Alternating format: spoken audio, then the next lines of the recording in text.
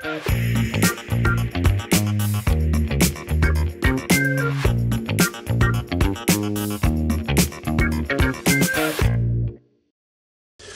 are you?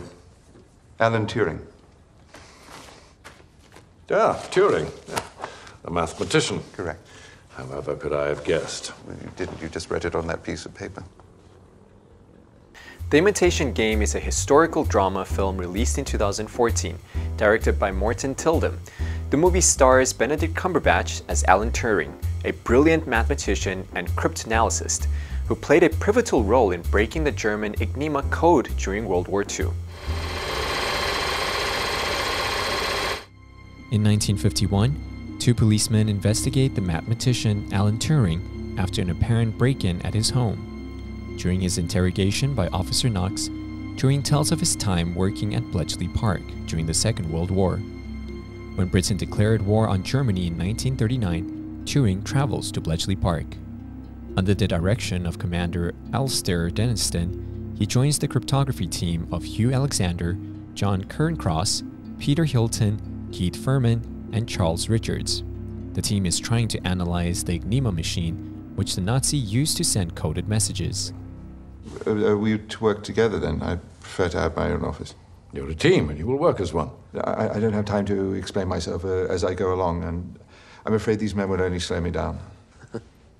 If you can't play together, then I'm afraid we can't let you play at all. This is Stuart Mingus, MI6. There are only 5 divisions of military intelligence. There is no MI6. Exactly. That's the spirit. In 1928, the young Turing is unhappy and bullied at boarding school, but develops a friendship with Christopher Morcom, who sparks his interest in cryptography. Turing develops romantic feelings for him, but Christopher soon dies from tuberculosis. Turing is difficult to work with and considers his colleagues inferior. He works alone to design a machine to decipher Enigma messages.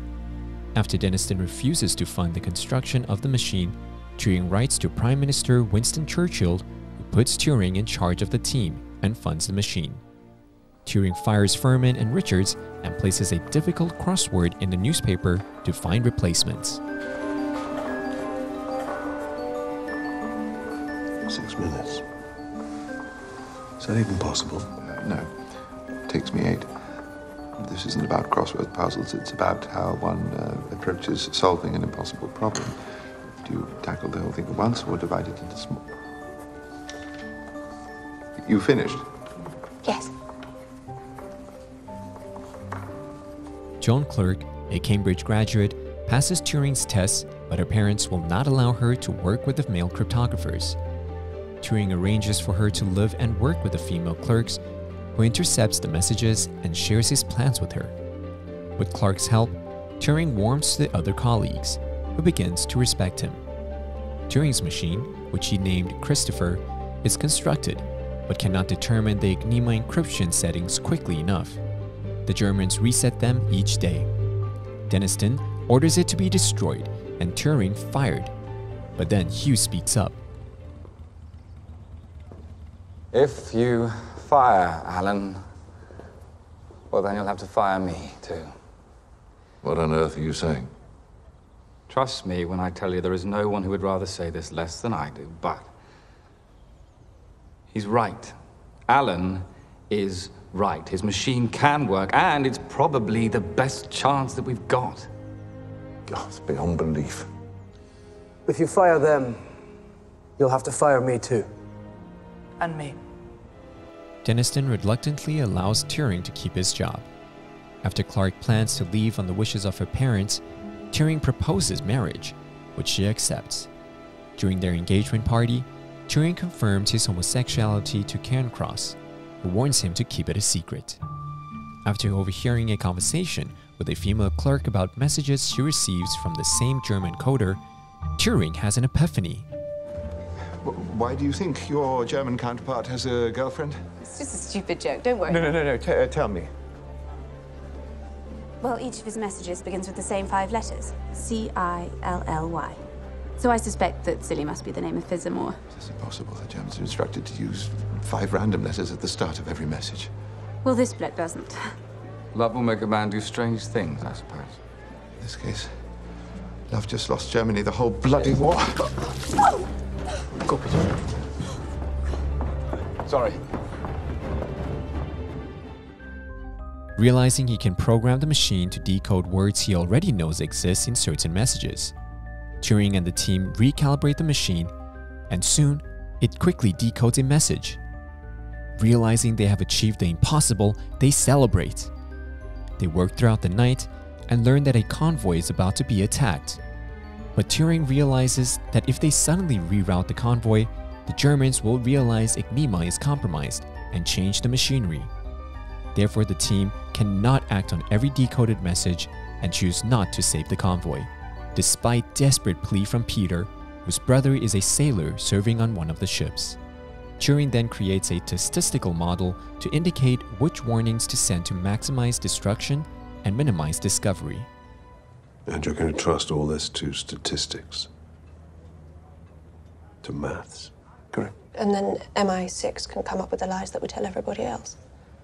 You'll need a believable alternative source for all the pieces of information you use. A false story so that we can explain how we got our information that has nothing to do with Enigma.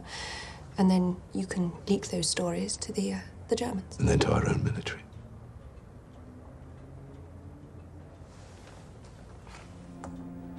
One day, Turing discovers that Cancross is a Soviet spy.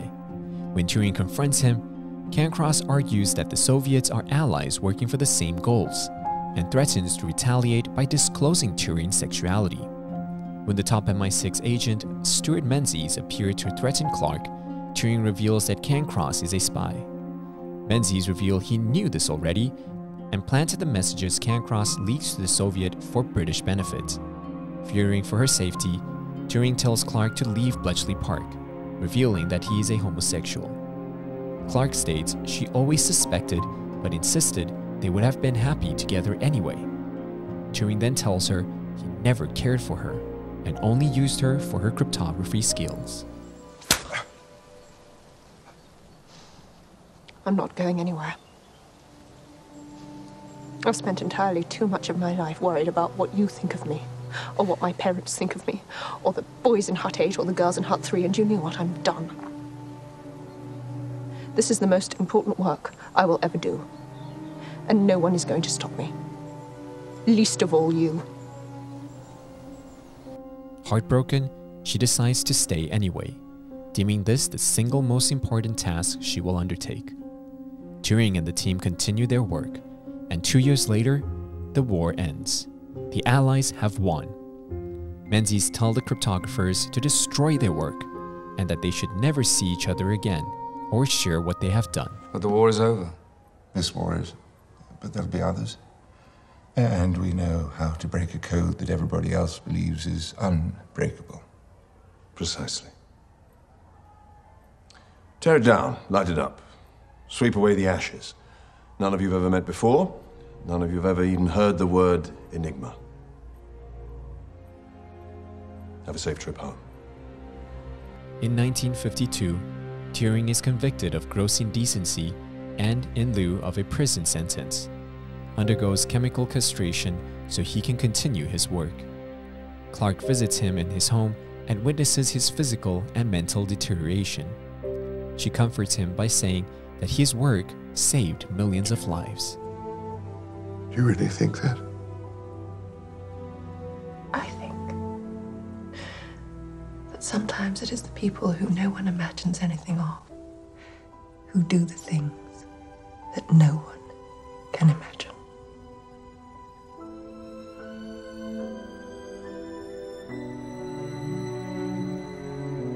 The epilogue reveals that after a year of government-mandated hormone therapy, Turing died by suicide on 7 June 1954.